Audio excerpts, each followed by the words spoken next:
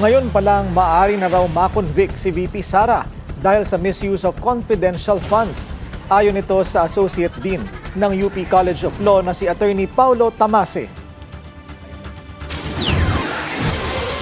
Sa memo ng Bilyonaryo News Channel, sinabi ni Attorney Tamase na hindi na kailangang patunayan ng prosekusyon na napunta sa personal na interes ang confidential funds. Sapat na anyang naipakita ng prosekusyon na hindi ito ginamit ayon sa Joint Memorandum Circular na nagtatakda kung paano dapat gastusin ang pondo. Definitely yung pera na pang surveillance operations, hindi po pwedeng ilipat na lang basta-basta. Kung mapatutunayang mali ang paggamit ng confidential funds, maaari rin daw itong magkaroon ng criminal liability. So bali din kung nagamit ang confidential funds sa purpose other than what is kumbaga stated in that Joint Memorandum Circular, liable ho ba ang opisyal sa iba pang batas? Opo, no, actually good point. Krimen po talaga siya.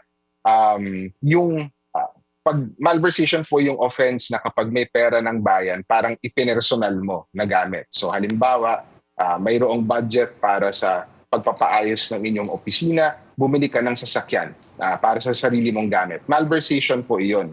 Pero mayroon pong malversation kahit na pang-official use pa yung ginamit. So, crude example, may budget ka para sa pagpapaayos ng opisina, ang ginawa mo, bumili ka ng vehicle para sa opisina mo. So kahit official use pa yun, hindi mo sinunod yung itinakda ng batas. Ang tawag po doon technical malversation. Posibleng maging mahalagang bahagi ng paglilitis ang testimonya ng mga dating Special Disbursing Officers ng OVP at DepEd.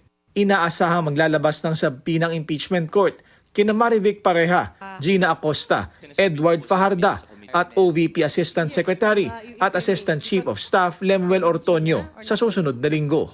Ayon kay Tamase, maaring makatulong ang kanilang testimonya para mapalakas ang argumento ng prosekusyon. Kung allied pa rin po sila, then baka makakita tayo next week nung tinatawag natin ang hostile witness. So iba po yung pagtatanong sa isang hostile witness dahil yung testigo na iyon, kaalyado yung interest niya doon sa interest nung kung sino yung nagte-testify siya against. Iginiit naman ni Attorney Tamase na hindi maaaring iasa ng isang pinuno ng ahensya sa kanyang mga tauhan ng pananagutan sa confidential funds dahil hindi tulad ng ordinaryong paggastos ng gobyerno, ang paggamit ng confidential funds ay may kaakibat na mas mataas na antas ng personal na pananagutan. Nilinaw din ni Attorney Tamase na hindi maituturing na redundant ang kasong grave threats na isinampa ng DOJ laban kay VP Sara. Magkaibaan niyang layunin ng isang kasong kriminal at ng impeachment proceedings. Manatiling nakatutok sa Bilyonaryo News Channel, sumubaybay sa aming social media accounts at mag-subscribe sa aming YouTube channel para sa mga eksklusibong balita at storya.